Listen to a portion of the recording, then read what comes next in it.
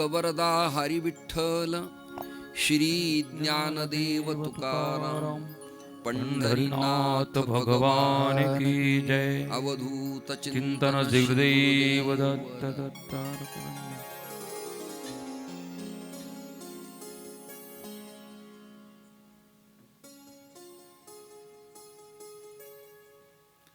अकारण करुणावरुणालय. भगवान श्री परब्रह्म परमात्म्याच्या असीम कृपेनं देशमाने या एका ग्रामीण प्रभागात नाशिक जिल्ह्याच्या चरण सानिध्यात तालुका येवला या पवित्र मातीमध्ये संन्यासी बाबा संजीवन समाधी देशमाने बुद्रुक आयोजित परिचय नाथ परंपरेचा हे टायटल, ही हेडलाईन समोर ठेवून आपण आज, उद्या आणि परवा 3 दिवस काही चर्चा करणार आहोत. भागवतातल्या, रामायणातल्या आणि अन्नपूर्णातल्या कथा लोकांच्या आता सत्यनारायणाच्या पूजेसारख्या पाठ झाल्यात. त्यामुळे त्या कथेत वेळ वाया न दवडता काही चिंतनाच्या भूमिका आपल्याला मांडता येतात का, या संबंधानं चर्चा करायची आहे.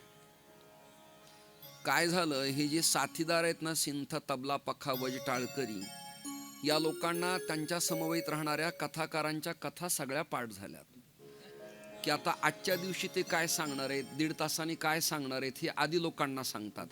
त्यामुळे माझी खासियत अशी आहे, मी काय सांगतो मलाच माहिती नसतं. त्यामुळं शेजाऱ्याला माहिती व्हायचं कारणच नाही काही.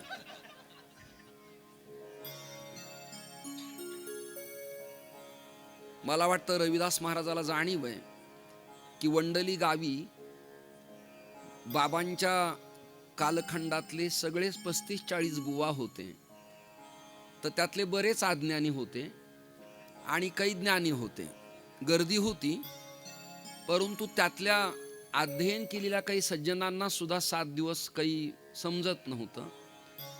तर काही जे ज्ञाते लोक आहेत त्यांनाच कळत असतं. म्हणून मी फार दुर्गम भागात, अतिग्रामीण लोकात जायचा प्रचंड कंटाळा करतो. हे बुडते हे जन न देखावे डोळा, ते त्या काळात ठीक होतं. आता बुडते वर काढताना वर आल्यावर तो बुडून वर काढणाराला खाली घालतो. त्यामुळे त्यांच्यासाठी फार मरमर तळमळ करण्यात काही मजा, मौज अजिबात शिल्लक नाही. आदरणीय नाथभक्त आणि संन्यासी बाबा कृपांकित श्री सोमनाथ महाराजांना मी खूप धन्यवाद देतो की त्यांनी ग्रामीण भागाच्या मानानं प्रयत्नाची पराकाष्ठा करून हे जे प्रांगण धर्मस्थान निर्माण केलंय ते अतिशय स्मार्ट अशा प्रकाराचं आहे. नाही तर काही सप्ताहात वीणा घेतानाच ओकारी इति असं वातावरण असतं. पण खूप प्रसन्न केलंय. मंच, देवी देवता मांडलेल्या. काल काय झालं, कल्याणच्या जवळ गोवेलीला माझं कीर्तन होतं. 1000-1500 टाळकरी पोरं होते, वादकही होते. परंतु ज्यांच्या बंगल्यात घेऊन गेले त्यांनी माझ्या स्वागताला पंचारती बरोबर धूपारती लावली होती आणि त्या धूपानी माझ्या गळ्यावरती उपकार केले. आणि इथे आल्यावर पुन्हा ती धुणी दिसल्यावर मला भय निर्माण झालं की याचं इन्फेक्शन घशाला होऊ शकतं. बोलता बोलता आवाज चिंब होतो, बंद पडतो. समर्थ रामदास स्वामींच्या जन्मगावी जांबेला माझं कीर्तन होतं आणि 4 वेदाच्या मंत्रघोषात ब्राह्मणांचा यज्ञ चालू होता. मी ते कीर्तन 2 तासाचं अर्ध्या तासातच आटोपलं आणि तिथून सुखानं बाहेर पडलो. पुन्हा ते म्हणाले यज्ञ कसा आहे, म्हणलं असा मी महाराष्ट्रात पाहिला नाही. हे ज्यांना आरंभालाच कळत नाही त्यांनी आराम करावा सुरुवातीपासूनच. ते हे प्रकरण त्रासदायक ठरतं. मला माझ्या ज्या सवयी त्या हळुवार, शांत, सुस्वराच्या अशा सवयी आहेत. आता आपल्याकडे एवढं प्रदूषण झालेलं आहे, बुवाला कर्कश ओरडल्या विना सप्ताहात मी गायल्याचं फळच मिळत नाही त्याला स्वतःला. आणि वादकाच्या पखवाजाच्या पानाचा आवाज ब्लास्ट झाल्या विना त्याला मी वाजवतो असा आनंद मिळत नाही. त्यामुळं हे सगळ्या प्रकरणाच्या विरोधात जीवन जगताना माझा त्यांना त्रास होऊ नये अशा सद्भावनेनं आदरणीय नारायण महाराजांनी केलेल्या सूचना अत्यंत वंदनीय आहेत. त्यांनी मला या कथेला प्रवृत्त केलं. जाता जाता पुन्हा चिंतन करतो, कथा वगैरे मी करत बसणार नाही, कारण कथा करून वेळ वाया दवडायला मला देवानी वेळच दिलेला नाही आहे. त्यामुळे आपल्याला फक्त नाथ पंथ परंपरेचा उदय, विकास आणि परिचय या 30 चिंतनाच्या भूमिका करायच्यात.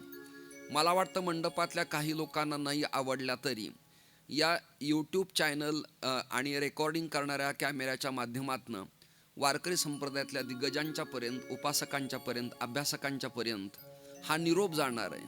आणि या कथेतनं एक समन्वयाची नांदी भारतीय साधू समाज निर्माण व्हावी अशी अपेक्षा, आकांक्षा करायला काही हरकत नाही. आजचा जो विषय आणि चिंतनीय भूमिका मला दिली आहे, ती भूमिका त्यांनी पत्रिकेत विषय नमूद केलेत अशी एक पत्रिका मी पाहिलेली आहे. ठीक, चला. जे जे स्फुरल गुरुकृपेनं आणि जे मला प्रतिपादन करता येईल त्या संबंधानं मी आपल्यासमोर चर्चा करणार आहे. ती आपण मनपूर्वक शांततेत श्रवण करावी अशी अपेक्षा आहे. रामायणात, भागवतात कोरस करणाऱ्या लोकांच्या ते पद, गाणे, चौपाई, दोहे पाठ असतात. नाथपंथाचा परिचय आणि विकास या संबंधानं प्रमाण नाही आहेत, या संबंधानं गाणं नाही आहे. एखादाच अभंग, एखादीच ओवी संदर्भाला येऊ शकते. त्यामुळं या सगळ्यांच्या खर्चाच्या बाबतीत मी अधिक बोलू शकत नाही. हे जे आलेलेत ते खूप चांगले आहेत, स्मार्ट आहेत, देखणे आहेत. त्यांचा वेळ वाया दवडू नये म्हणून मला जेव्हा गळा किंवा घसा विश्रांतीची सूचना आतून करील त्यावेळेला यांना मी म्हणेल की तुम्ही म्हणा, मी तुमचं ऐकायला तयार आहे, किंवा तुम्ही सगळेजण ऐकाल. सुरुवात आपण करूया. आणि ती सुरुवात करत असताना जरा आजच्या पहिल्या दिवशी क्रिटिकल प्रकरण आहेत, गुंतागुंतीचे आहेत. कारण परिचय देताना जरा न कळणाऱ्या काही भूमिका असतात. म्हणजे बांधकाम करताना एखादा प्लॉट, रो हाऊस, बंगला किंवा वाडा बांधत असताना मंदिर पाया खोलवर खांदावा लागतो आणि पुन्हा तो भरून काढावा लागतो. पण पाया पूर्ण भरून काढल्या विना, खांदल्या विना वरच्या पिलरला, बीमला आणि 6च्या, 9च्या आणि 13च्या वालला तडे जात नसतात. त्यामुळे पाया थोडा खोल खांदावा लागेल. तो पहिला दिवस माझा पायाभरणी सोहळ्यात जाणार आहे. उद्या आपण त्यात लोखंड, स्टील, मग पिलियर उभा करण्याचा प्रयत्न करू. आणि स्लॅब आणि शिखर हा 3रा दिवस आपला ठरलेला आहे. त्यामुळं आज जरा कंटाळवाणं प्रकरण आहे. पण जे वेल एज्युकेटेड लोक आहेत, ग्रॅज्युएशन पूर्ण आहे, वेदमंत्रातले ज्ञाते आहेत, वारकरी परंपरेत बऱ्या लोकांचं ऐकायची ज्यांच्या कानाला सवय, त्यांना हे प्रकरण झेपवेल. बाकीच्यांना 9ला मग प्रसाद स्वयंपाक करून ठेवलेलाच आहे त्यांच्या सगळ्यांच्यासाठी. तर ती पण व्यवस्था यांनी केलेली आहे.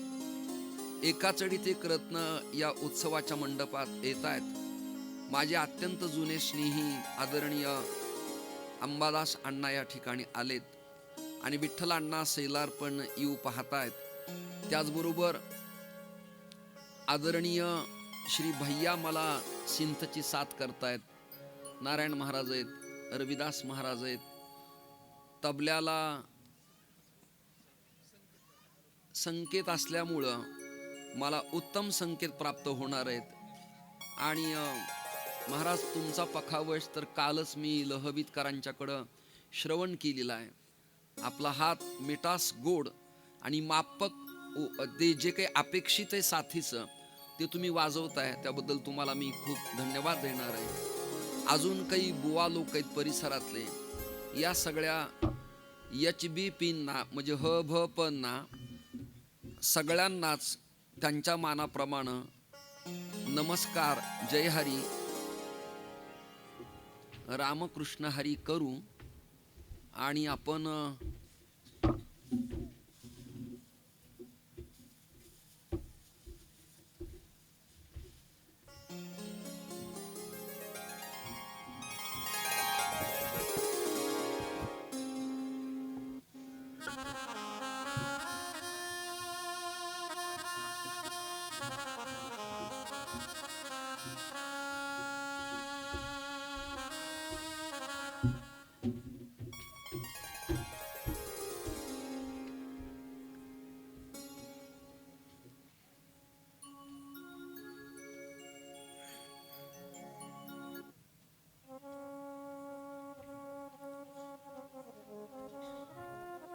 अनेक परिसरातून माता भगिनी आबालवृद्ध आलेले आहेत. प्रिंट मीडियावाले लोक आहेत, इलेक्ट्रॉनिक मीडियावाले लोक आहेत.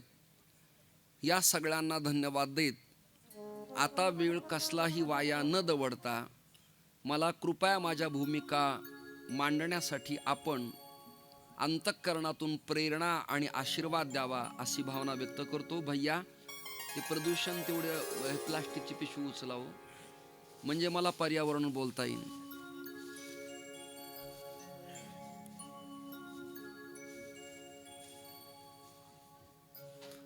आपल्याला महाराष्ट्रात जे नाथ पंथातले जती पाठ आहेत त्यापेक्षा काही थोरल्या याद्या मी तुमच्या समोर देणार आहे. तर त्या याद्या देताना काही अभ्यासक पेन कागद घेऊन बसले तर त्यांना ती अक्षर रेखाटता येतील वा यूट्यूबच्या माध्यमातून एडिटिंग करून ते विधानं पुन्हा पुन्हा ऐकता येतील. कारण विषयच अपरिचित मी तुमच्या समोर देतोय. आपली जी कुवत आहे आणि आपल्याला जी माहिती आहे त्यापेक्षा 3 दिवस काही वेगळा ढाचा आणि साचा आपल्यासमोर मांडावा हा एक प्रयास आहे. म्हणून त्या दोन्ही देगलूरकर भावांना धन्यवाद द्यावा असा वाटतो आणि सातारकरांना धन्यवाद द्यावा असा वाटतो की त्यांनी कैवल्याचा पुतळा, साधकाचा मायबाप, त्याचबरोबर ऐश्वर्यसंपन्न ज्ञानेश्वरी, विरहिणी प्रकरणात 5-5, 7-7 दिवस पुण्यातल्या मुंबईतल्या सारस्वतांना आपल्या चिंतनानं वेड लावलं. जसं की पाचपोर महाराज आणि ढोग बाबा रामकथेनं भाविकांना प्रेरित करतात तसं ज्ञानेश्वरीतले चिंतन, नारदभक्ती सूत्र, कर्मयोग वा भागवतातील भक्तियोग असे स्वतंत्र विषय घेऊन कीर्तनापेक्षा या 4-4, 3-3 दिवसाच्या सत्रानं वक्त्याला श्रोत्याला काही देता येतं आणि श्रोत्याला वक्त्याकडून काही मिळतं.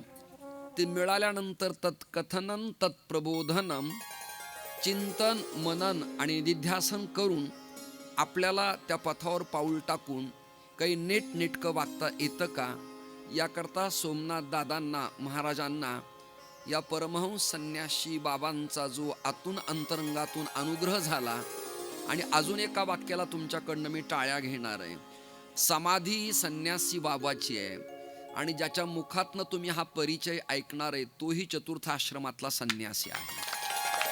तर हे प्रकरण बहुधा जुळत नाही. म्हणजे यतीच्या पुण्यतिथीला एखाद्या प्रापंचिकाचं काल्याचं कीर्तन किंवा प्रापंचिक बुवाच्या पुण्यतिथीला एखाद्या संन्याशाचं कीर्तन किंवा नैष्ठी ब्रह्मचर्य पाळणाऱ्या बुवाच्या पुण्यतिथीला गृहस्थी बुवांचं कीर्तन किंवा गृहस्थी गेल्यानंतर त्याच्या पुण्यतिथीला एखाद्या नैष्ठी ब्रह्मचर्य पाळणाराचं कीर्तन, हा सगळा एकंदरीत विरोधाभास सद्यस्थितीला तुम्हाला मला पाहायला मिळतो. सप्ताह वाढलेत, पत्रिका वाढल्यात, स्पीकर ध्वनी वाढलाय, मंडप वाढलेत, पण आध्यात्मिक डेव्हलपमेंट ज्याला पाहिजे अपेक्षित ती जरा कमकुवत अशा प्रकारची एकंदरीत दिसते आहे. माझी बऱ्याच दिवसाची इच्छा होती आणि नारायण महाराजांना मी म्हणायचो की एका कीर्तनापेक्षा मला तुम्ही सलग 3 दिवस, 4 दिवस, 5 दिवस बोलतं करा, मी काही प्रयास करील. मी काही उपजत पंडित, वाचस्पती, नैयायिक, वेदांती, प्रकांड विद्वान, शास्त्री, आचार्य, गाथा ज्ञानेश्वरीचा कंठस्थ अजिबात नाही. मला तसं फार काही कळलेलं नाही आणि उरलेल्या थोड्याफार वर्षात मला काही कळेल असंही मला वाटत नाही. पण जे गुरुकृपेनं उमगलंय, समजलंय, कळलंय, नित्य प्रयासात स्क्रिप्ट, कात्रण, ग्रंथ, परिशीलन, पॅरेग्राफ, परिष्कार, अन्वय, परिच्छेद आणि क्षणाचाही विलंब आणि झोप न घेता मी प्रयत्नाची पराकाष्ठा करून तुमच्यासमोर एक वेगळा अपरिचित विषय घेऊन आजपासून येणार आहे. तो तुम्ही आनंदाने स्वीकारावा. आणि नारायण महाराज बोलल्याप्रमाणे खरंच आहे, माता भगिनींच्या कडनं तर आज जवळजवळ अर्धा मंडप भरतच आलाय आणि सांगतेच्या क्षणापर्यंत तर ही सगळी भक्तीची गर्दी इथे वृद्धिंगत होणार आहे. आणि शेवटच्या दिवशी तर पडदे तुम्हाला काढावंच लागणार आहे, हे तुम्हाला माहिती सगळ्यांना. पण तो आनंद घ्यायला मी इथे नसणार आहे, कारण मी आनंद घ्यायला संगमनेर भागात त्या दिवशी दुपारी जाणार आहे. आणि 3च दिवस मला हा कालखंड आहे, आज, उद्या आणि परवा. विषय आपला असा आहे, नाथपंथाचा परिचय. एक्झॅक्टली नाथ म्हणजे काय, सुरुवात करू आपण आता, वेळ नको वाया दवडायला. नाथ म्हणजे स्वामी, नाथ म्हणजे मालक, नाथ म्हणजे प्रणेता, नाथ म्हणजे सभापती. जगत सगळं अनाथ आहे आणि या अनाथाला कोणीतरी नाथ असावा. नाथ म्हणजे मालक, स्वामी असा त्याचा अर्थ आहे. मग या जगताचा नियंता, प्रणेता, उद्गाता, प्रसवणारा कुणीतरी एक शासक आहे ना. शासक, मंत्री, उपमंत्री कुणी असेल, पण ॲक्टमध्ये राज्यपाल हा शासक आहे, राष्ट्रपती हा शासक आहे. क्षमा मागतो, आता बहुतेक इकडं निवडणुकीच्या कालखंडातली आचारसंहिता संपली असेल असं मला वाटतं. उत्तम प्रशासक म्हणून शंकरराव चव्हाणांचं नाव होतं आणि उत्तम राष्ट्रपती म्हणून शंकरदयाल शर्मांना काही वेगळं प्राधान्य होतं. आणि उत्तम संशोधक, वैज्ञानिक म्हणून APJ अब्दुल कलाम साहेबांना एक वेगळ्या दृष्टीने पाहण्यात येत होतं. आणि शीख संप्रदायात उदयाला येऊन शेतकरी कुटुंबात जन्माला आलेले पण धिप्पाड देहाचा एक ज्ञानी झैलसिंग नावाचा राष्ट्रपती आपल्यात अत्यंत प्रभावी अशा प्रकारचा होऊन गेलेला आहे. पक्षातले भेद जरा बाजूला काढून नरसिंहरावांच्या सारखा प्रशासक आणि अर्थसत्तेतला ज्ञाता, मनमोहनांच्या सारखा स्टडी करणारा पंतप्रधान होणं जरा कठीण आहे. विज्ञान युगात डेव्हलपमेंट, तरुणांना हातात उपकरणं देण्याची संकल्पना राजूजींची त्या काळात होती आणि अटलपण निर्माण करण्याच्या बाबतीत बिहारीजींना अभिवादन करावं लागेल. उत्तम संसदपटू म्हणून अटलजींच्याकडे पाहत असत. मी वि. स. पागे पाहिलेत, बाळासाहेब भारदे पाहिलेत आणि यशवंतराव चव्हाणांचे ग्रंथ, कविता, लिखाण आणि पॅरेग्राफ मी वाचलेत. रविदास महाराज, आपल्या बुवा लोकांचा सगळ्यात मोठा प्रॉब्लेम असा आहे की अभंग, ओवी, वाचन, पठन, चिंतन, मनन 101% असलं पाहिजे. पण अन्य ग्रंथाचं वाचन आयामाच्या दृष्टीनं असणं गरजेचं आहे. त्याला कुसुमाग्रजही कळावेत, त्याला गदिमाही कळावेत, त्याला गडकरीही कळावेत, त्याला विवा शिरवाडकरही कळावेत, त्याला माधव गणेश गडकरी कळावेत, त्याला बालगंधर्वही कळावेत, त्याला आइन्स्टाईनही कळला पाहिजे, त्याला शेक्सपियरही उमगला पाहिजे, त्याला कास्माजी गारडाही माहिती पाहिजे, त्याला हेरिटेजही माहिती पाहिजे, त्याला तबल्यातला शफाद अहमद खान साहबही माहिती पाहिजे, त्याला ती परवीन सुलतानाही ठाऊक पाहिजे, गाण्यात शोभा गोरटूही माहिती पाहिजे, गंगूबाई हंगलचाही परिचय त्याला असला पाहिजे, केरळ घराण्याचे पंडित भीमसेनजी त्याला कळले पाहिजेत आणि पिळदार गाण्यात अभिषेकी बुवांच्या नाट्यगीतांच्या लहरी त्याला कळल्या पाहिजेत आणि श्रीरंगा कमला कांता म्हणणारी मंजुश्री पाटील कुलकर्णी त्याला उमगली पाहिजे. खंडाळकरांच्या पासून ते थेट धामणीकरांच्या पर्यंत आणि सूर्यकांत बुवांच्या पासून बागडेबुवापर्यंत आणि भगुऱ्यांच्या पासून नारायण महाराज किल्लारीपर्यंत हा आयाम आपला असला पाहिजे. लक्षात धरा. आपल्याकडं संकोच प्रचंड आहे. बुवाय म्हटल्यावर उपन्यास कशाला वाचायचा आहे, बुवाय म्हटल्यावर इतिहासाचं पुस्तक कशाला वाचायचे, बुवाय म्हटल्यावर D.Edचं मानसशास्त्र कशाला वाचायचे, बुवाय म्हटल्यावर आपण आता केमिस्ट्री, बायोलॉजी, फिजिक्स ग्रंथ कशाला वाचायचे, PCB ग्रुपचा आपला काय संबंध आहे. मॅथमॅटिक्स मांडत असताना बीजगणित, पायथागोरसचा सिद्धांत आणि गणिताचे प्रणेते हे बीड जिल्ह्यातले होते, पण पाटणा नावाच्या गावी ते स्थिरावले आणि त्यांचं नाव भास्कराचार्य हे आपल्याला माहिती असलं पाहिजे. म्हणजे पखावज वादक काय वाजवतो याची जाणीव आपल्याला वाजवता न येऊ द्या, पण मिनिमम त्याचा रेला पर्णगतीन ठेका इथपर्यंत आपल्याला ज्ञान असलं पाहिजे. सिंथ वाजवताना अनावट मंडलातून स्वररंजन करणाऱ्या भैयांच्या हातातला गोडवा त्या वक्त्याला उमगला पाहिजे. तबल्यावरच्या लवी चाटीत तो किती लव करतो, म्हणजे वक्त्यावर तो किती प्रेम करतो हे महत्वाचं आहे.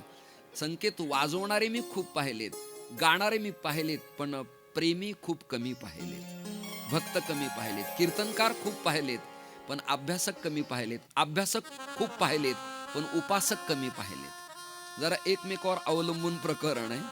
कीर्तनकार सकाळी उठून उपासना करीलच असं नाही, तो बाथरूम मधून गंध लावून सुद्धा बाहेर येऊ शकतो असं. मातृदेवो पितृदेवो भव म्हणणारा बुवा आईवडिलाला सांभाळीलच असं मला वाटत नाही.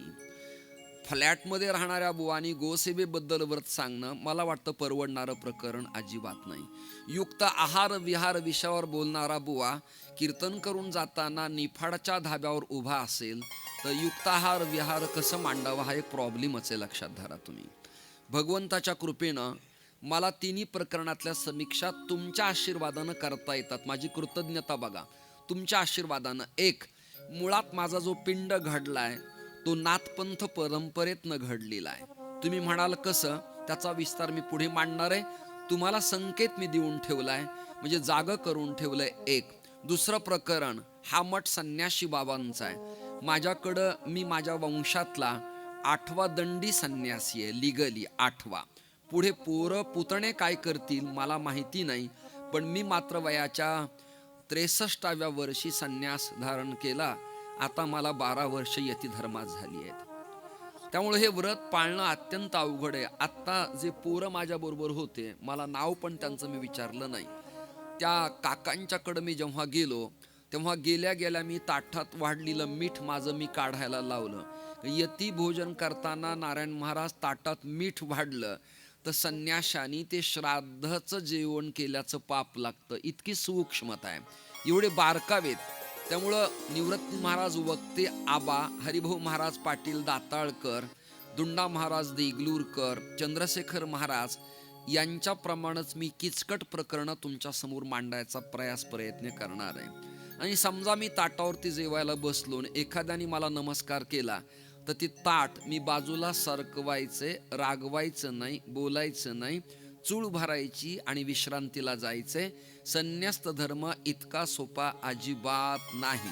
हा मठ आहे संन्यासी मठ.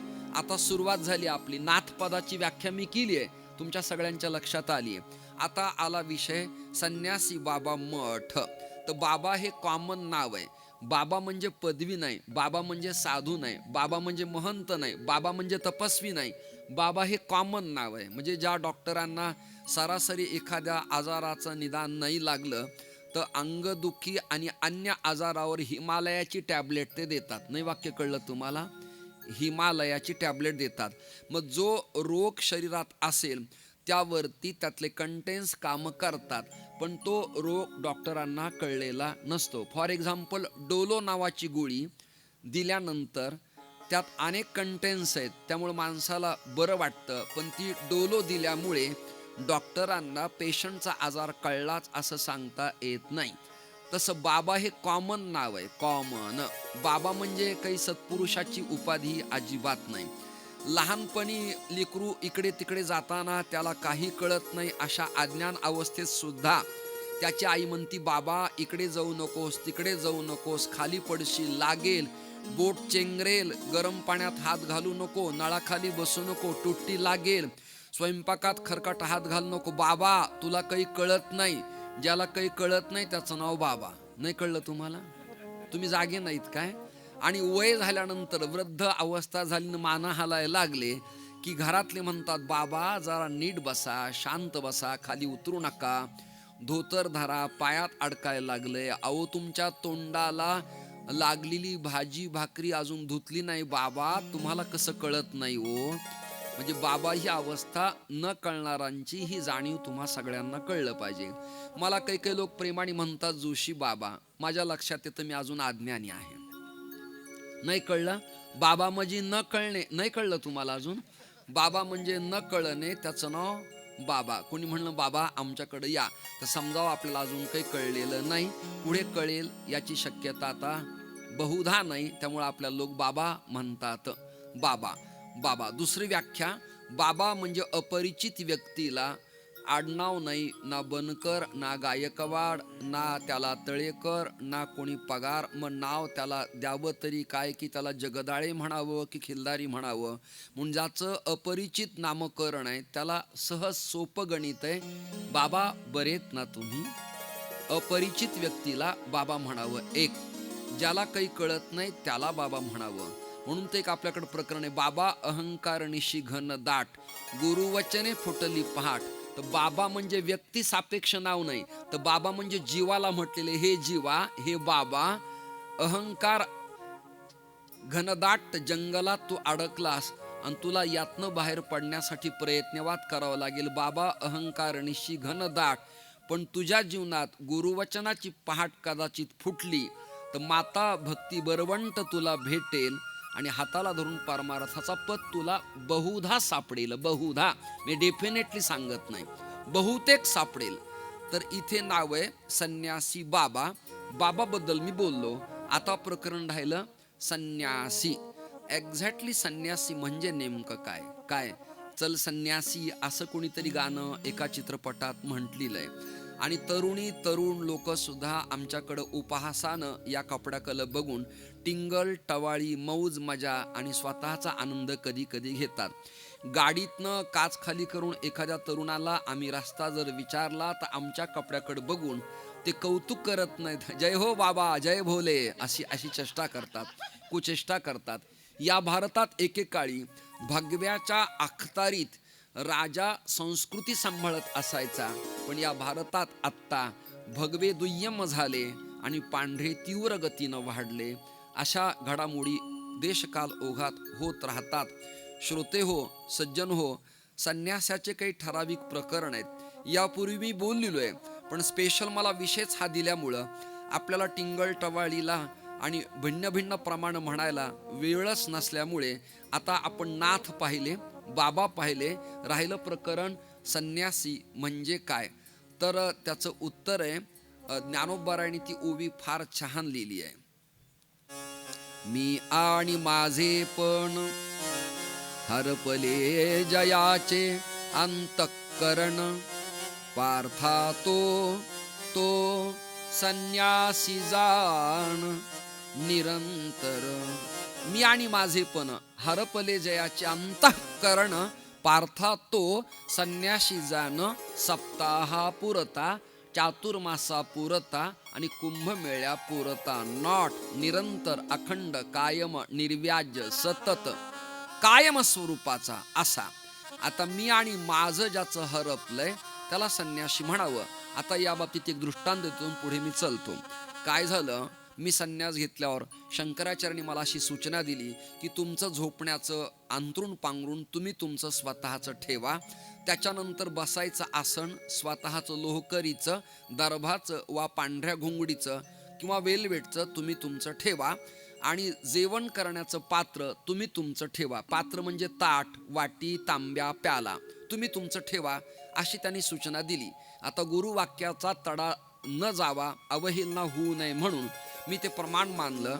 खामगावला गेलो आणि मग मी रजत धातू म्हणजे चांदीच्या धातूचं 1.5 लाखाचं घणसर एक ताट घेतलं, 2 वाट्या घेतल्या आणि एक प्याला घेतला आणि एक तांब्या घेतला.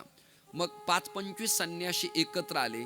या बाजूला वैष्णवांची पंगत बसली आणि ब्राह्मण मंत्रसंकल्प करून माझ्या डोक्यावर बिल्वदल, बेलाचं पान, तुळशी ठेवून मी आता पंचप्राणाहुती घेतल्या. जेवण माझं झालं, शेवटचं आपोषण मला दिलं. मी 8 पाण्याच्या चोळी भरल्या, पुन्हा नारायण नारायण आचमन केलं आणि सगळे साधू बुवा ब्राह्मण निघून गेले.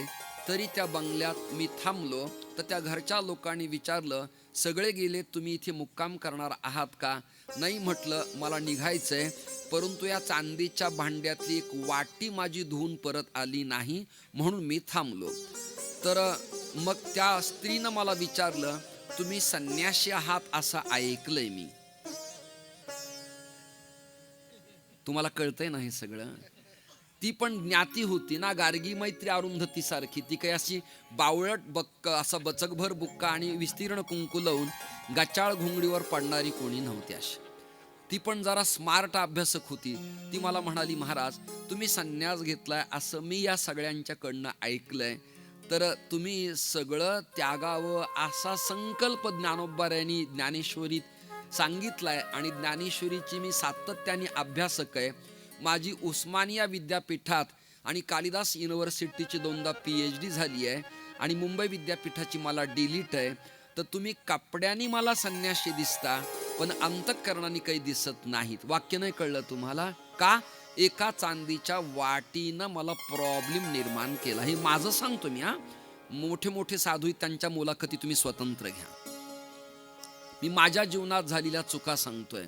तर तिने माझा संन्यास नावाच्या प्रकरणाला असं आळं मारलं आणि ती मला म्हणाली, महाराज हे भांड माझं आहे, ती ती ती वाटी माझी आहे, तो प्याला माझा आहे.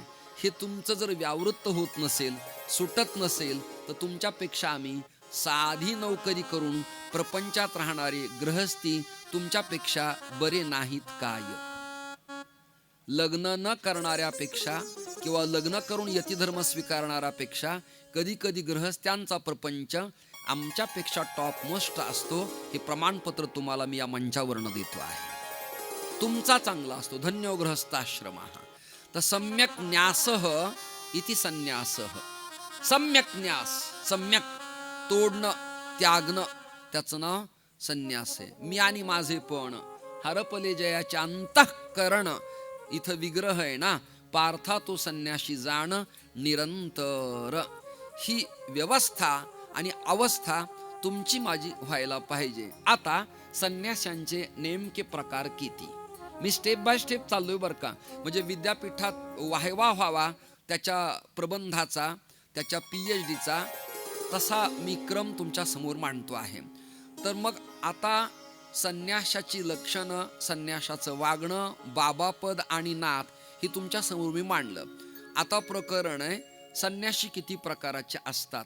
अजूनही या जनसामान्य लोकांना बिचाऱ्यांना कीर्तन सप्ताह खूप झाले तरी दुर्दैवाने हे प्रकार ऐकायला न मिळाल्यामुळे भगव्या कपड्यातला तो संन्याशी एवढंच यांच्या सगळ्यांच्या डोक्यात फीड झालेलं आहे.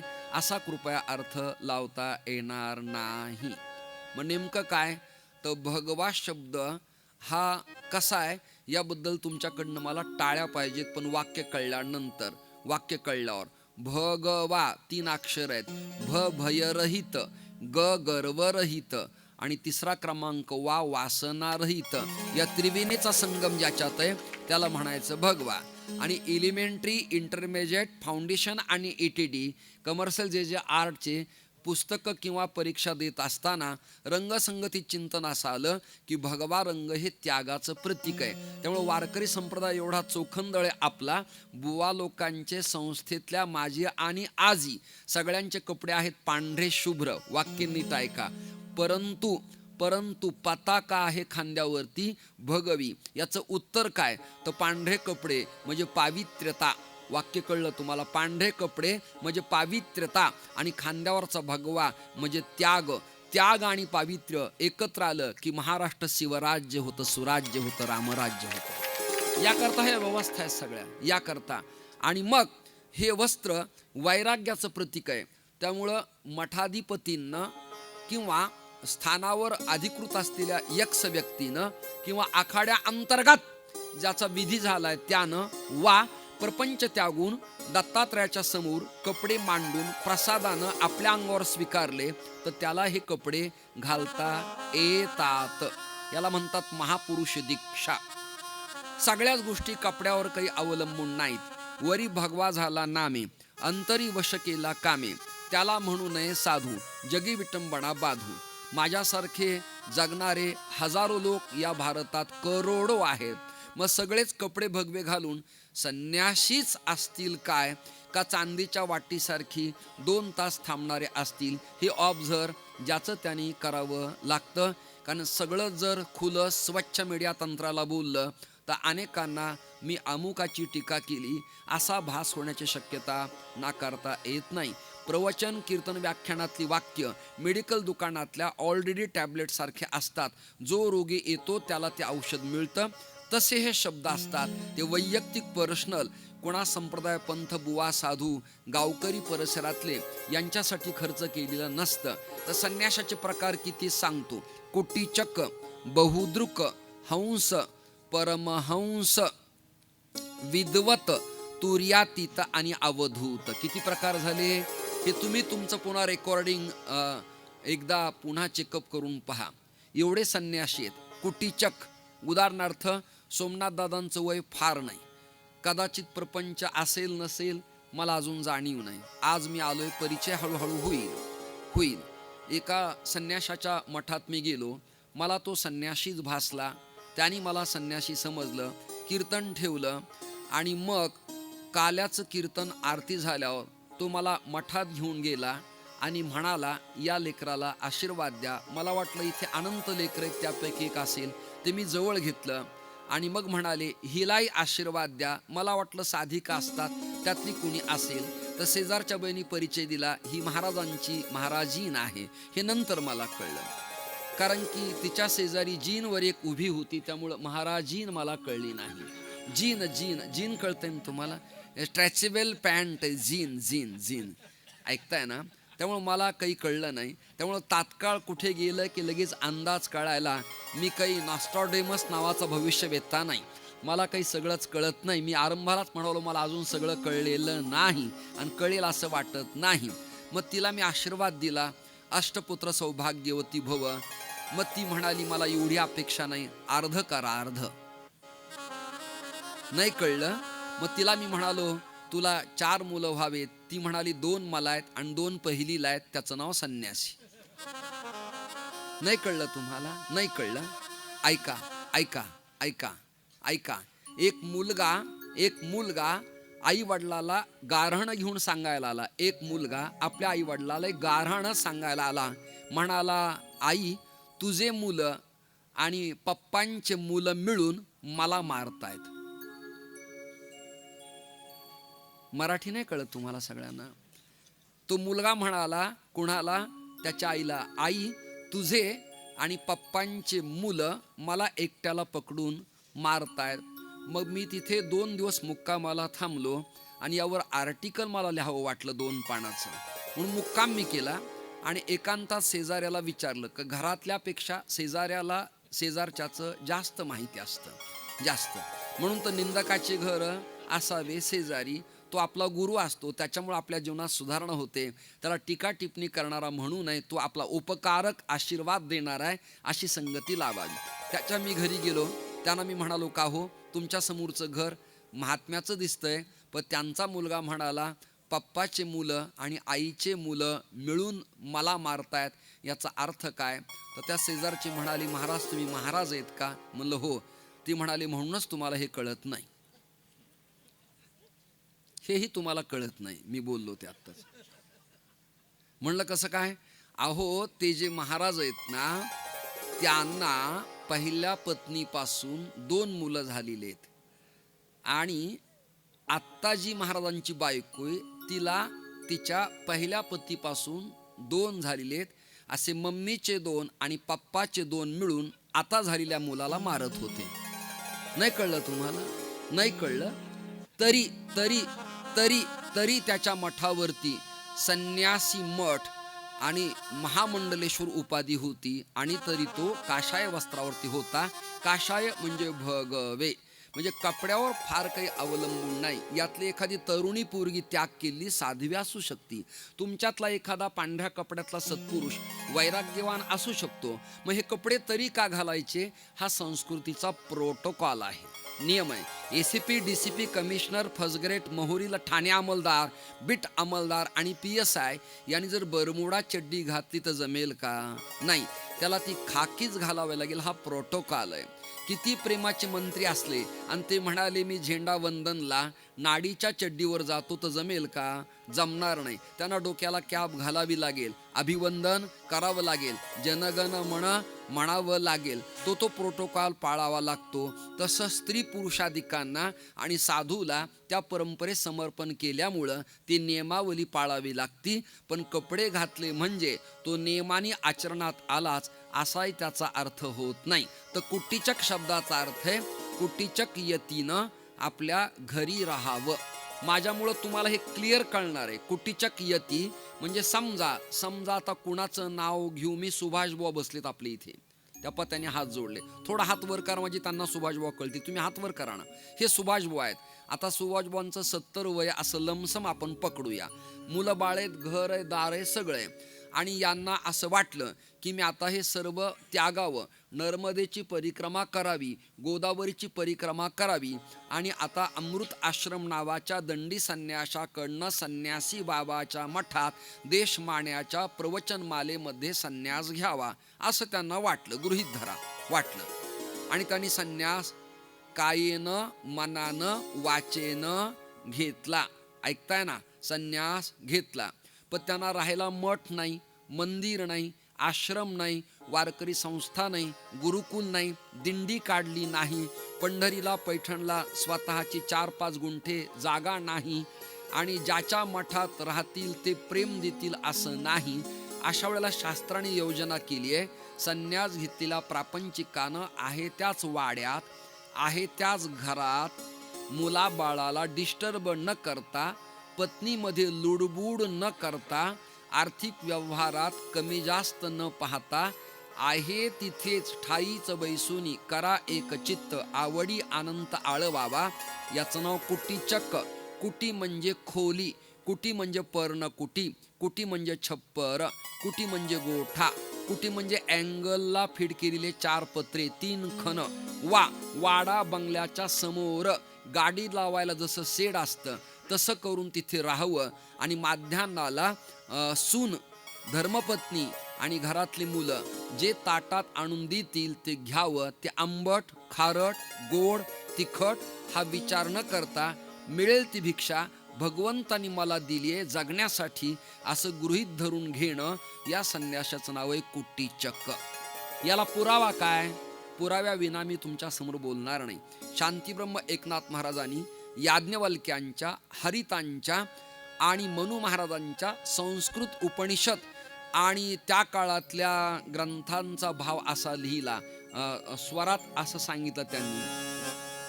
वार्धकी कुटी करोणी पुत्राचे घरी, वार्धकी कुटी करोणी पुत्राचे घरी, नित्य भिक्षा मागे तयाचे द्वारी, या नाम निर्धारी कुटीचक जाण. शांतीब्रह्म एकनाथ महाराज म्हणाले, समजा उदाहरणार्थ आमचे अंबादास बनकर अण्णा आहेत, उदाहरणार्थ मुरली अण्णा आहेत, हे जोण माझ्या जुन्या ओळखीचे आहेत. आता यांनी 7-8 भावाचे बंगलेत, त्यातल्या एका बंगल्यात निवांत एकांतात राहून चिंतन, मनन, जप, ध्यान, पायी चालणं, आसन करणं हा एक संन्यासच प्रकार आहे, हा एक त्यागच आहे. याचं नाव कुटीचक. संकेत दुसरा प्रकार आहे बहुद्रक. एक्झॅक्टली बहुद्रक म्हणजे काय? संन्यासी मठ आहे ना, लोकांना हे कळायला पाहिजे भविष्यात की म्हणजे नेमकं काय. 3 पायऱ्या, भगवा रंग, त्याच्यावर पादुका, लावलेलं भस्म, रुद्राक्षाच्या माळा, त्रिशूळ चिमटा आणि धुनी पेटवणं, एवढ्याच लक्षणानं त्या मठाची सिद्धता करता येत नसते. तर बहुद्रुक म्हणजे काय? बहुद्रुक म्हणजे मुलगा नाहीये, धर्मपत्नी नाहीये, स्वतःची जागा नाहीये, कुणी आधार देत नाही, इंद्रिय गलित गात्र झाले आणि निर्वाहापुरतं त्याला जगायचे. जरी झाला संन्यासी तरी माध्यान्नासी तोंडवासी, माध्यान्नाला त्याला जेवायला द्यायचे, जे घासभर द्यायचंय ते. अशा वेळेला त्यांनी भावाचा, बंधूचा आश्रय घ्यावा आणि गावातील देवळातल्या मंदिराच्या खोलीत राहावं. याचं नाव बहुद्रक. कुटीचक सांगितला, बहुद्रक सांगितला. हंस हा पक्षी आहे आणि हंस पक्षाला निरक्षीर विवेक न्याय कळतो. पाणी काय आणि दूध काय. तसं त्या संन्याशाचं जीवन असावं. या जगतात सार तत्व ब्रह्म आहे आणि आसार जगत आहे. म्हणजे ब्रह्म सत्य आहे आणि जगत मिथ्या आहे. सत्यतू सत्यतू सत्यतू विठ्ठला कागाहा दाविला जगदा भास. हे ज्याला डेफिनेटली पक्क कळलंय त्याला निरक्षर विवेकाचा हंस नावाचा संन्याशी म्हणायचंय. आता राहिला चौथा आहे परमहंस. परमहंसाला गाव नाही, जिल्हा नाही, तालुका नाही, बायको नाही, मुलं नाही, भाऊ नाही. त्यांनी परिव्राजक म्हणजे आकाशात पक्षी जशी भरारी मारतात तसं फिरणं, याचं नाव परिव्राजक. कळलं तुम्हाला? आता ऐका, आता यात अजून 3 फार महत्वाचे पद आहेत. एक आहे तुर्यातीत. तुर्यातीत म्हणजे काय? चौथियाचे ठाई, काहीच करणे नाही. त्याला जगतातला प्रातिभासिक सत्तेतला कुठलाच मिथ्या व्यवहार प्रपंचातला शिल्लक नसतो. तो केवळ ब्रह्माकार झालेला असतो. ब्रह्माखिरीज, देवाखिरीज, ईश्वराखिरीज, विठ्ठलाखिरीज, दत्ताखिरीज किंवा आपल्या मठातल्या देवतेखिरीज ज्याचा काहीच व्यवहार शिल्लक राहिला नाही त्याला तुर्यातीत म्हणावं. तुर्य म्हणजे चौथी अवस्था, म्हणून चौथियाचे ठाई, काहीच करणे नाही. अजून एक राहिला अवधूत. कोणता राहिला? अवधूत. अवधूत नावाच्या संन्याशाच्या यादीत महाराष्ट्रातले नावं तुमच्या कानावरती घालून ठेवतो, कधीतरी उपयोगाला येतील. पंत महाराज बाळेकुंद्रीकर भैया दत्त परंपरेतले श्रेष्ठ एक अवधूत. 2 क्रमांकाला धनकवडीला राहणारे समाधीस्थ असलेले पण नाशिक जिल्ह्यात अंतापूरला जन्माला आलेले शंकर बाबा धनकवडीकर. कर्दळी वनात उत्पन्न झालेले अक्कलकोटचे स्वामी समर्थ, सेगावीचे गजानन महाराज आणि द्वारका माईतले साईनाथ, या सगळ्यांना म्हणावं अवधूत संन्यासी. काय म्हणावं यांना? अवधूत संन्यासी. या सगळ्या व्याख्या पुढे मी सांगणार आहे. आज फक्त आपली मांडणी चाललेली आहे, प्रस्तावना चाललेली आहे, परिचय चाललेला आहे. हे अवधूत आहेत. अवधूताला जात नाही, धर्म नाही, कुळ नाही, गोत्र नाही, संध्या नाही, पूजा नाही, भस्म नाही, गंध नाही, माळ नाही, सोवळं नाही, ओवळं नाही, विटाळ नाही, चंडाळ नाही, भोजन आहे आणि नाही असं ज्याचं जीवन आहे त्याला म्हणायचं अवधूत. पंचामृत दिलं तरी घ्यायचं आणि नालीतलं पाणी दिलं तरी प्यायचं, अशी जी अंतिम टप्प्यातली अवस्था आहे ती अवधूतांची अवस्था आहे. आत्ता एक तुम्हाला कळण्यासाठी नाव कानावर घालून ठेवतो. माझी ही प्रवचन माला झाली की नेटला गुगलला तुम्ही घरी गेल्यावर सर्च करा आणि उद्या म्हणा की तुम्ही सांगितलं ते करेक्ट बिनचूक आम्ही अभ्यासलंय. एक मस्तराम बाबा नावाचे साधू आत्ता सध्या पुण्यात स्वारगेटला रेल्वे स्टेशनला पडून असतात. बुक्का लावावं असं काळक भिन्न अंग आहे, पण तेल लावावं मारुतीला तसं तेजानं अंग चमकत आहे. त्यांच्याकडं परिग्रह म्हणून उशाला काही नाही, अंगावर घ्यायला वस्त्र नाही, गुंडाळायला पंचा नाही, ऐकताय ना, जेवायला ताट नाही, पाणी प्यायला प्याला नाही, स्नान झाल्यावर गंध नाही, परंतु ते दिसल त्या टुट्टीला सोडतात, स्नान करतात. पोलिसांनाही, रेल्वे पोलिसांनाही ती माहिती झाली.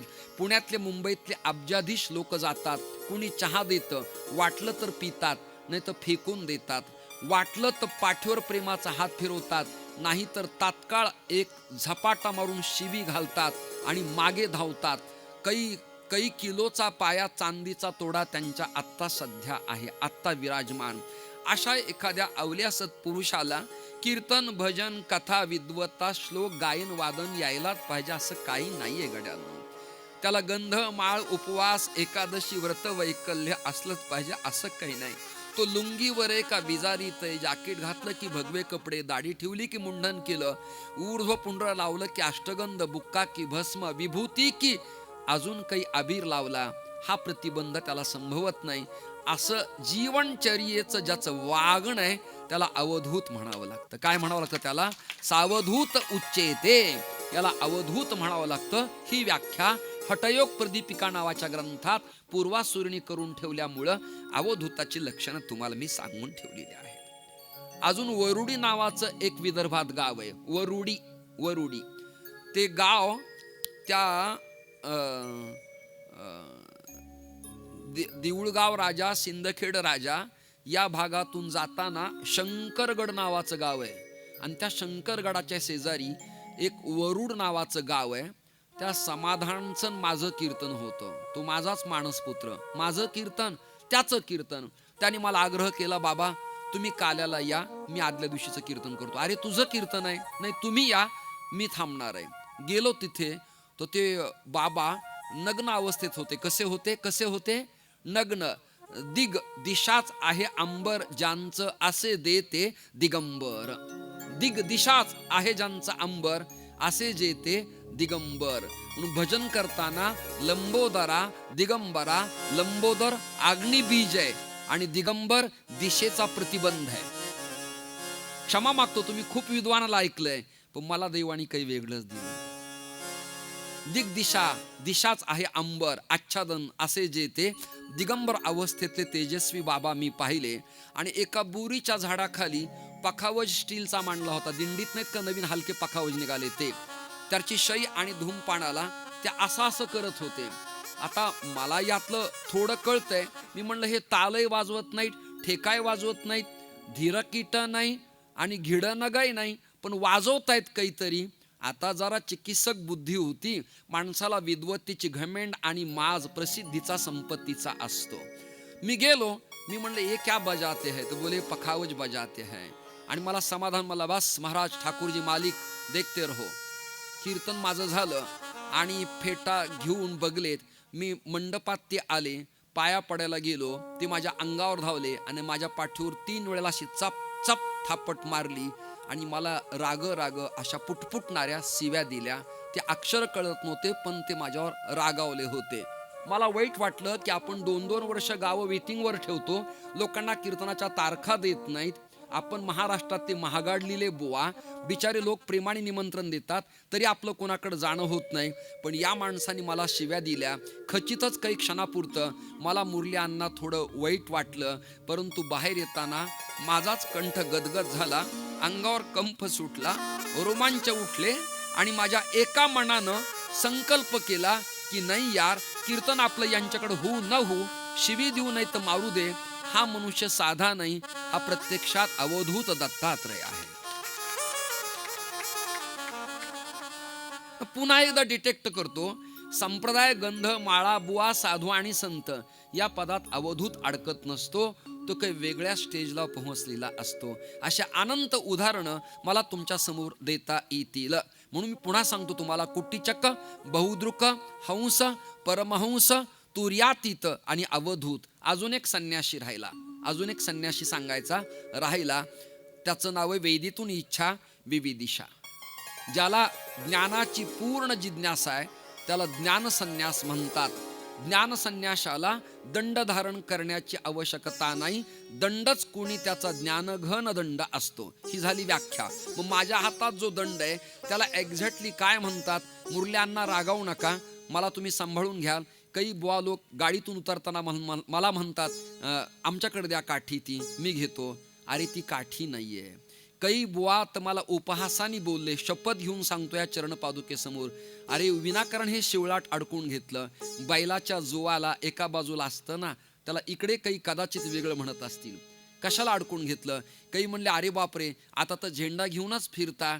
मला वाईट नाही वाटलं, मला याचं वाईट वाटलं.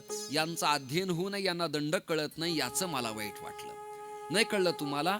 हा ब्रह्मदंड आहे. आणि याच्या बाबतीमध्ये ज्ञानोबा असं लिहितात, पाहे पा ध्वजेचे चिरगुट, राजा जतन करिता कष्ट, तैसा मी एक पतित, परी तुझा मुद्रांकित.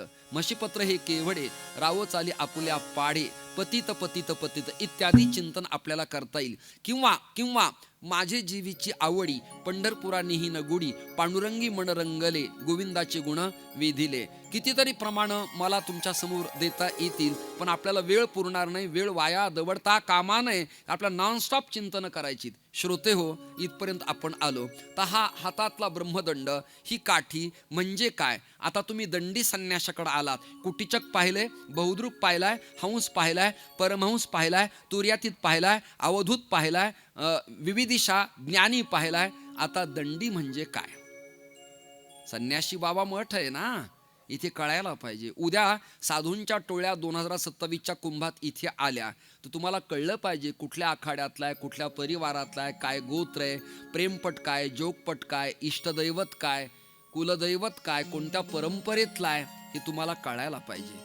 मागणारा आणि अभ्यासक यातला भेद तुम्हाला कळला पाहिजे. उपासक आणि तपस्वी यातला भेद तुम्हाला कळायला पाहिजे. म्हणून तुमच्यासमोर ही बडबड मंडुकी वटवट मी करतो आहे, जरा प्रेमानं श्रवण करा. तर ही काठी म्हणजे वेनदंड आहे. वेनदंड, वेन म्हणजे वेळू, बांबू बांबू, वेनदंड. पताक्यांची जी काठी असती ती कदाचित पोगर असती, पोकळ असती, पण ब्रह्मदंडाची काठी टोकाची असते, म्हणजे आग्रे म्हणजे पुढे तोंडाची, आणि ती अखंड असती. तिचा आकार पायाच्या अंगठा एवढा खालचा असावा आणि वरचा तर्जनीच्या आकाराचा असावा. तर्जनी म्हणजे उजव्या हाताचं नंबर 2चं बोट या आकाराचा असावा. तो दंड किती उंच असावा त्याचं कारण असं सांगितलंय, अथ ऊर्ध्वम न धार येत, पायाच्या पंजापासून शिखेपर्यंत, शिंडीपर्यंत त्याची उंची असावी. अधिक धारण केला तर दंड धारण करणाऱ्या संन्याशालाही प्रचंड पाप लागतं. तर त्या वेनदंडाला भरीवपणा असावा लागतो, पोकळ चालत नाही, ते असं पूर्ण भरलेलं लागतं.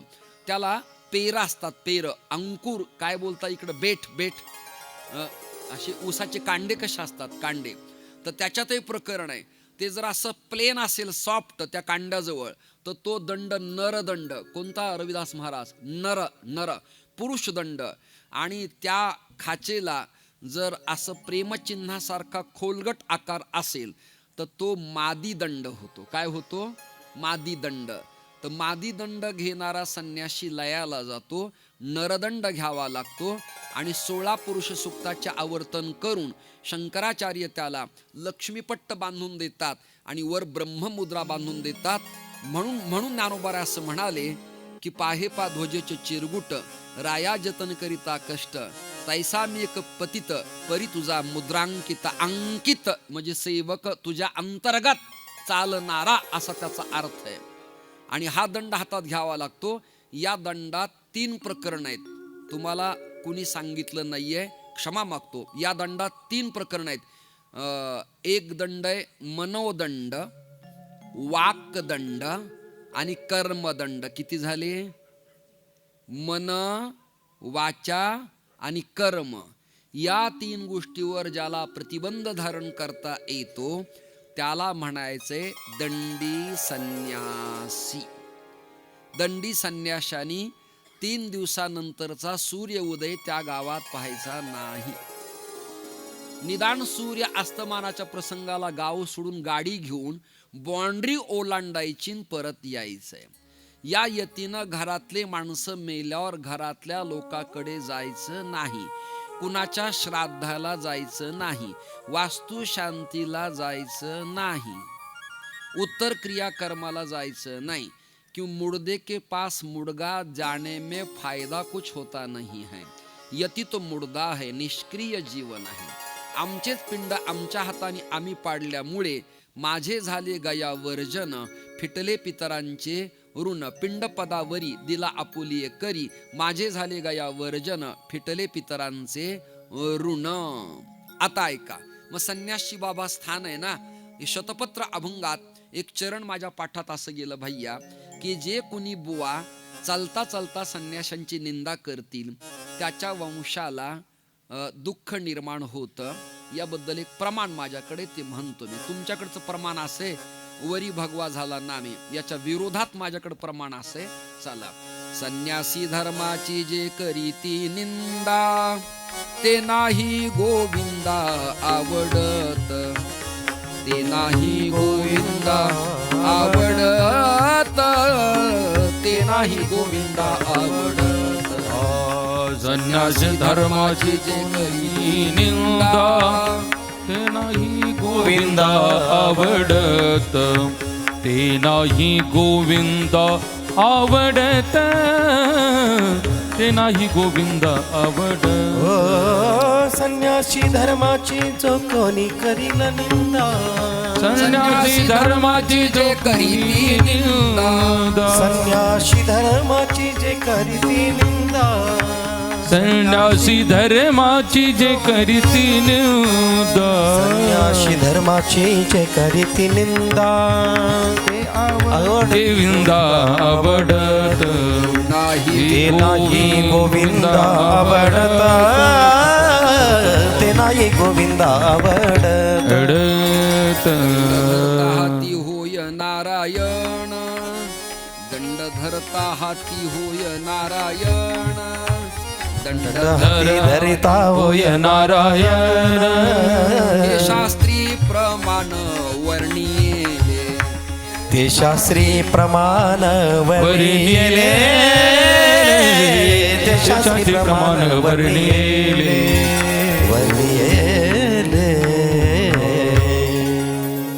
मला कीर्तनाची तारीख घेतल्यावर तारीख घेणारा बुवा फोन करून विचारतो पत्रिकेत तुमचं नाव काय लिहायचं. मला कौतुक वाटतं आणि एका बाजूला प्रचंड दुःख वाटतं, पण काय करावं, त्यालाही जगायचंय मलाही जगायचंय, कुणाकोणाला विरोध करावा बरं नाही. यद्यपि सिद्धम लोकविरुद्धम ना करणीयम ना चरणीयम. लोकांना भैया असं वाटतं की संन्यासी म्हटलं की नाव असं व्हायला पाहिजे माधवानंद, वामनानंद, अमृतानंद, नारायणानंद, रवींद्रानंद, म्हणजे नंद लागलं तरच संन्यासी, असा काही लोकांचा भ्रम आहे. नाही कळलं तुम्हाला? आणि मग विचारतात पुढे तुम्ही सागर, सरस्वती, गिरी, भारती नाही आहेत काही? म्हणलं आहे ना. मग तुमचा संन्यासी नाव काय? तो बुवा विचारतो तारीख घेणारा. म्हणलं माझं नाव अमृत आश्रम स्वामी. अच्छा अच्छा, कुठे बांधकाम केलंय?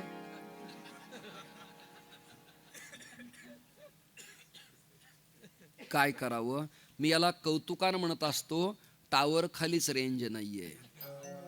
म्हणजे जे सांगणारे त्यांनाच माहिती नाही, तर जनसामान्य ऐकणाऱ्यांना दोष देण्यात काय अर्थ शिल्लक राहिलाय. तर आश्रम म्हणजे बांधकाम नाहीये नारायण महाराज, त्याची व्याख्या अशी केली शास्त्रकारांनी. तो ग्रंथ सांगतो, यानी रेकॉर्डिंग होऊन जाईल आणि लोक अभ्यासक पोरं शोधतील. तो ग्रंथ असा आहे मठामनाय सीतू. दुसरा सांगतो मठोपनिषद. तिसरा सांगतो भिक्षुकोपनिषद. 3 ग्रंथ सांगितले बरं का, वेळ निघून गेला. आणि त्यात असं वर्णन आहे,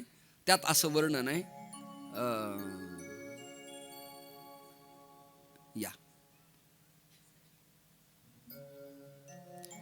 त्यात असं वर्णन आहे, आश्रम ग्रहणे प्रौढाः, आश्रम ग्रहणे प्रौढाः आशापाश विवर्जित यातायात विनिर्मुक्तो एतद आश्रम लक्षणम.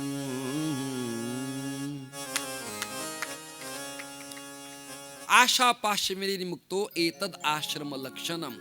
मला मिळालं तरी मी खुश, नाही मिळालं तरी खुश. याच तत्वात हा इज्जतीत अमृताश्रम आतापर्यंत जगलेला आहे.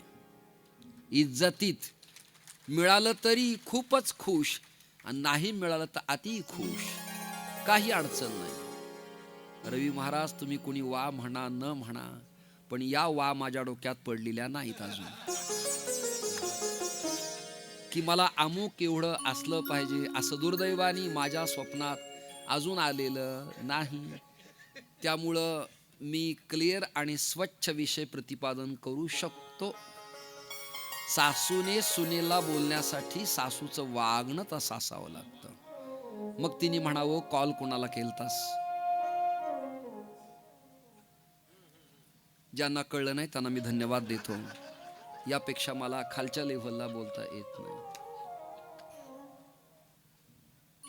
आधी केले मग सांगितले. आपण करावं किंवा अनुभव आले अंगा आणि ते या जगा काका देत असे जगताप काका. जे आपल्याला अनुभव नाहीत ते इतरांना देण्यात काही तशी मौज मजा वाटत नाही.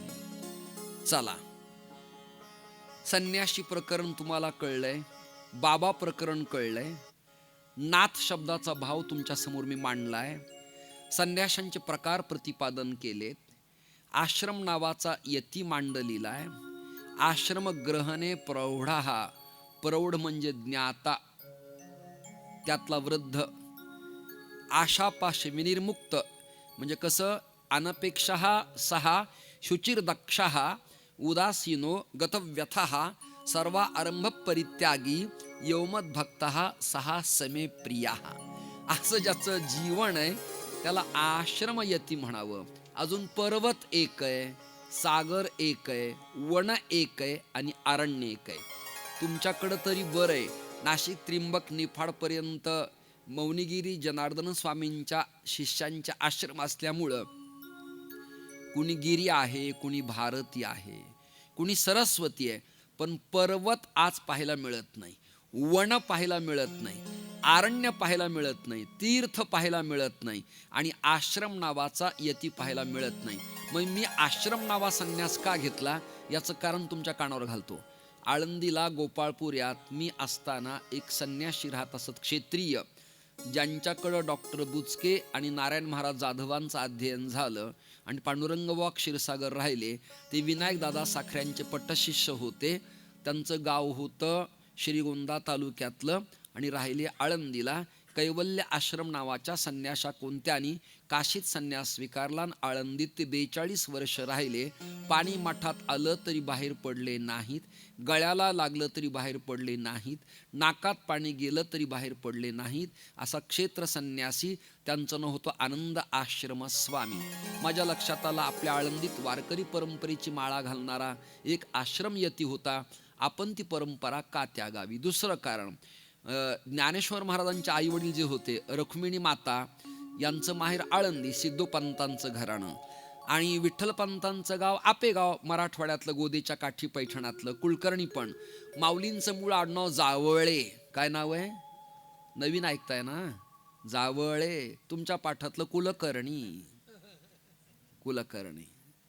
संदर्भ ग्रंथ शंतराव चतुरकर, लरा पांगर, महिपती. मला वाटतं कामापुरते पुष्कळ झाले.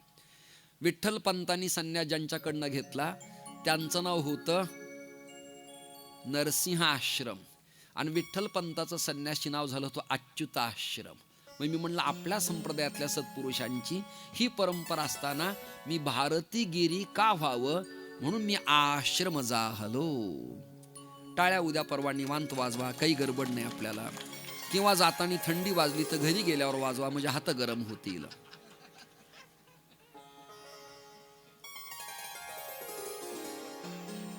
या नाथपंथाची स्थापना कोणी केली? सुरुवात रामानुज, रामानंदी, निंबार्क, वल्लभ, कबीरपंथी. ऐका ऐका, वारकरी, रामदासी, नारदीय, हरिदासी हे सगळे पंथ अखेर उत्पन्न झाले कुठून? यांचा मास्टर माइंड कोण आहे? यांचा उद्गाता, प्रसवणारा, संस्थापक, प्रशासक, निर्माता, स्तनपान करणारा आणि अंगावर प्रेम वात्सल्याची चादर घालणारा अंतिम टप्प्यात आहे तरी कोण? कोण आहे? श्री महाराज. प्रांगण तर आज पहिल्या दिवशी सगळं पक्क भरलं, ही बाबांचीच नितांत कृपा. हे मला डेफिनेटली कळलंय, पक्क कळलंय. जरा प्रवासाने थोडा कंटाळ होतो, पण तो कंटाळा माझा नारायणबुवांच्याच बोलण्यामुळं शिथिल आणि शांत होऊन गेला. चला, वेळ आपल्याला कमी. गाडी किती गरम होऊ द्या, पूर्वी तिचं ते बोनट वर केलं आणि एडिटरमध्ये पाणी टाकलं किती शांत होत असायची. तसं बुवाला शाब्दिक पाण्यानं बुवा शांत होतो, म्हणजे एडिटर त्याचं शांत होतं आणि गाडी पुन्हा चालायला लागती. अशी एक व्याख्या मेकॅनिकल पद्धतीमध्ये आहे, ट्रेडमध्ये आहे, आलाय ट्रेडमध्ये, मोटर मेकॅनिकल या कोर्समध्ये. वेळ आपल्याला कमी आहे. मी भगवंताच्या कृपेने संधाता आहे. संधाता म्हणजे जोडणारा, जोडणे म्हणजे वेल्डिंग करणे, आलाय ट्रेडमध्ये. म्हणून मला प्रवचन, कीर्तन, रामायण, भागवत, गायक, वादक, श्रोता आणि मला जॉईंट कसं करता येईल ही वेल्डिंग मी करण्याचा प्रयत्न करतोय. पण ती वेल्डिंग करण्याकरता सप्लाय मी संन्यासी बाबांच्या डीपी मधून घेतो आहे. सप्लाय कळती ना? करंट.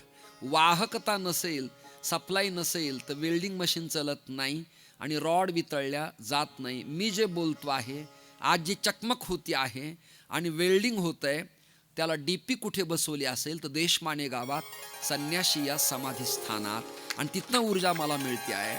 आणि तिथले जे डेप्युटी आहेत, डीन आहेत, ते आहेत सोमनाथ महाराज तळेकर. त्यांच्याकडे मी पाहतो आहे. भविष्यात माझ्या आशीर्वादानं, मी म्हणू नये आशीर्वाद, पण एक संन्यासी धर्माने म्हणतो माझ्या आशीर्वादानं हा मनुष्य येणाऱ्या काळात मोठा अवलिया साधू व्हावा अशी भगवंताच्या चरणी प्रार्थना करतो. त्यांनी ऑर्केस्ट्रा, कलापथक, संगीताच्या मैफली, सवय गंधर्वाला पुण्यात वाजवल्या असत्या तशा दुर्गम भागात पडण्याची गरज त्यांना लागली नसती.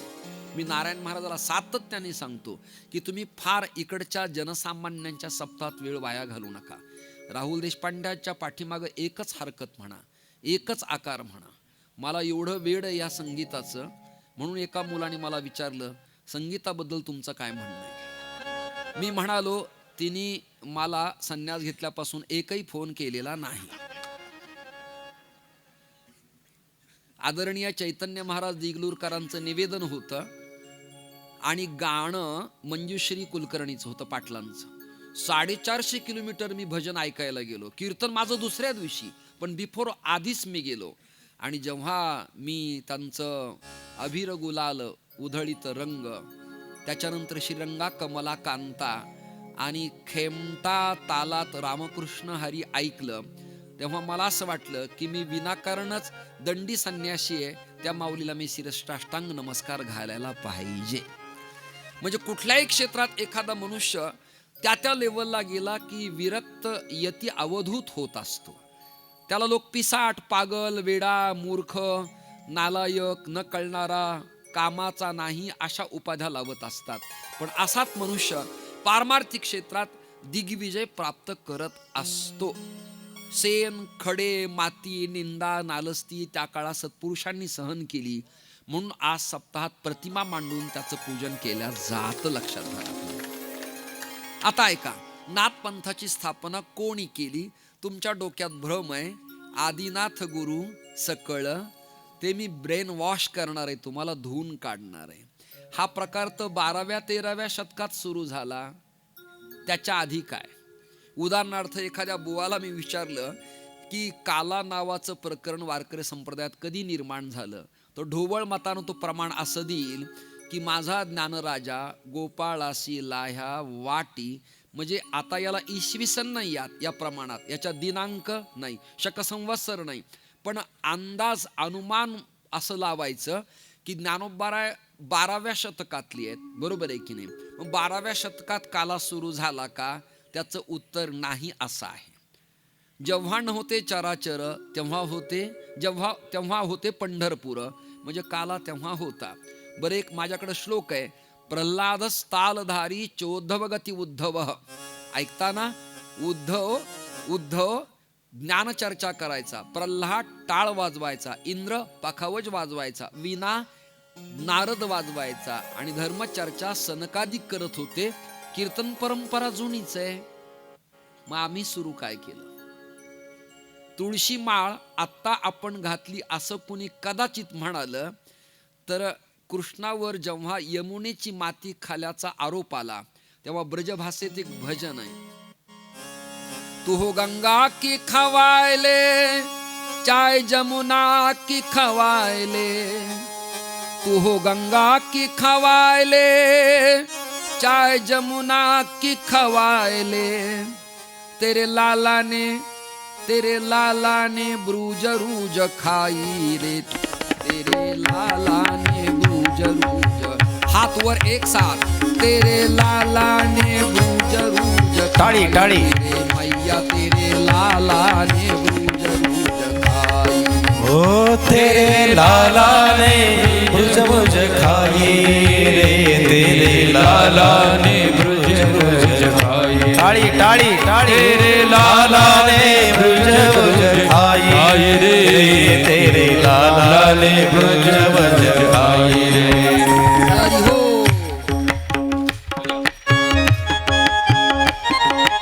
एक साथ हाथ वर करा. शाबास. जय हो. टाळी.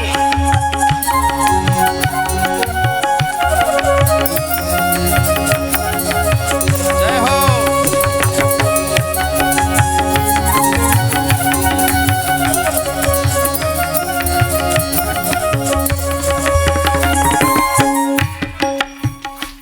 हरे नाथ हरे नाथ. ओहो.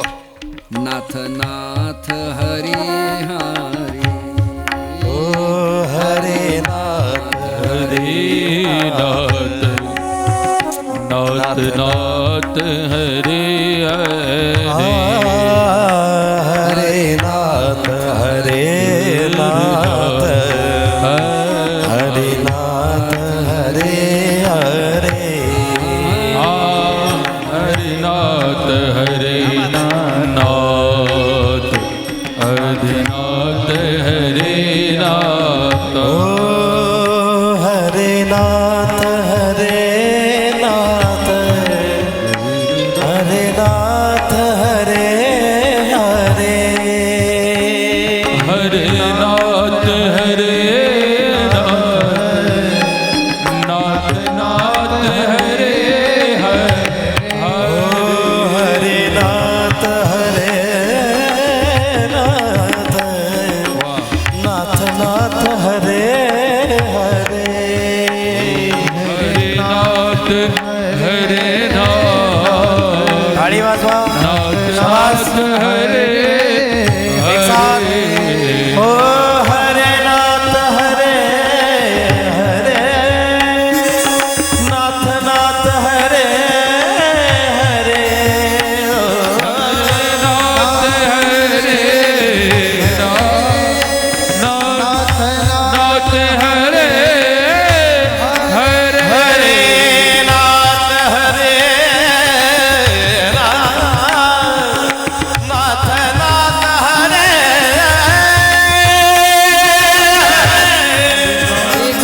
हरे नाथ जय हो नाथ एक नाथ साथ हरे हरे हरे नाथ हरे नाथ नाथ हरे हरे हरे नाथ हरे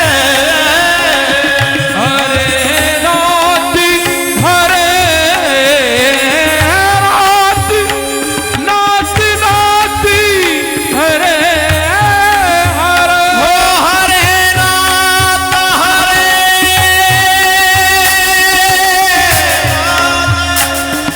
नाथ नाथ हरे हरे हरे नाथ हरे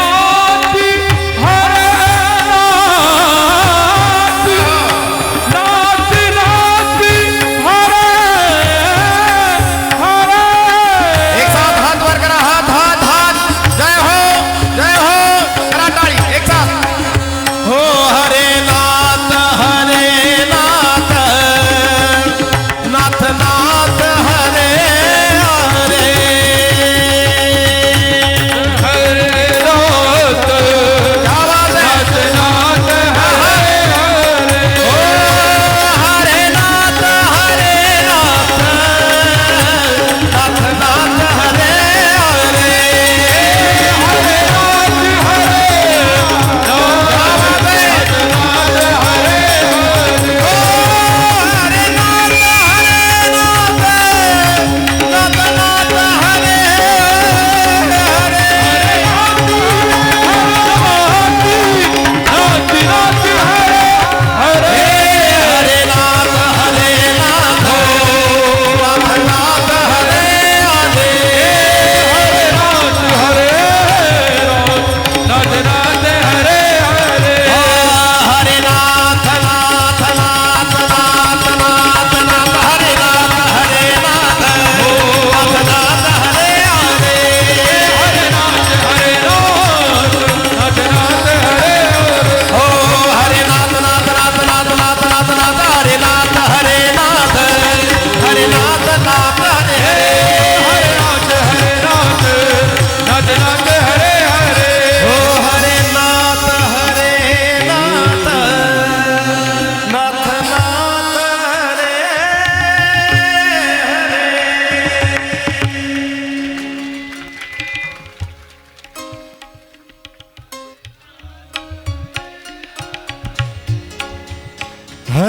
हरे नाथ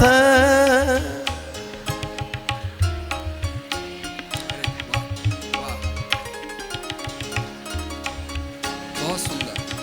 वा, थोडे हात वर किंचित. हरे नाथ नाथ नाथ हरे हरे. बोला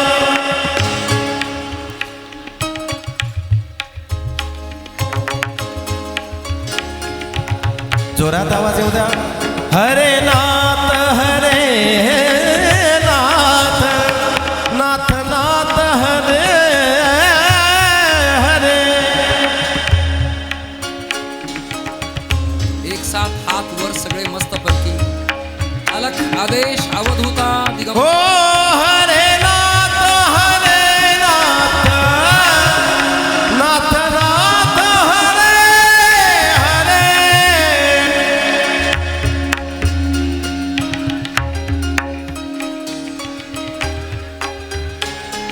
वा वा.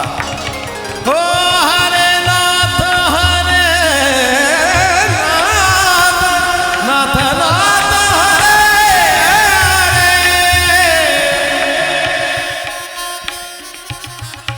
सब गाई एक साथ. बढ़िया एकदम. आदेश. हो हरे नाथ नाथ नाथ नाथ हरे हरे.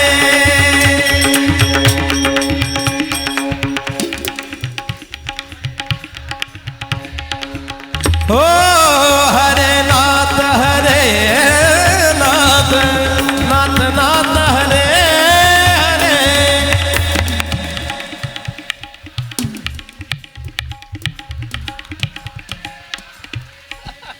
हरे नाथ नाथ नाथ नाथ हरे हरे. हरे नाथ नाथ हरे हरे. ओ हरे नाथ नाथ नाथ नाथ हरे हरे. नाथ नाथ हरे हरे. ओ हरे नाथ नाथ हरे हरे. नाथ नाथ हरे हरे.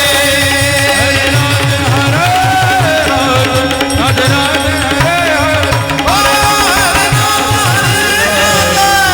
नाथ नाथ हरे हरे. हरे नाथ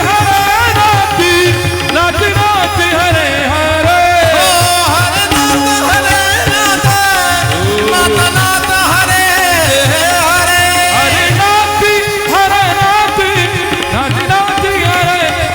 हरे हरे हरे नाथ जय हो. हरे नाथ हरे हरे. हरे नाथ हरे नाथ हरे नाथ नाथ नाथ हरे हरे हरे. हरे हरे नाथ हरे नाथ हरे नाथ. आदेश आदेश ओम आदेश अवधूत चिंतन श्री गुरुदेव दत्त. आदेश आलाख निरंजन. धन्यवाद. छान.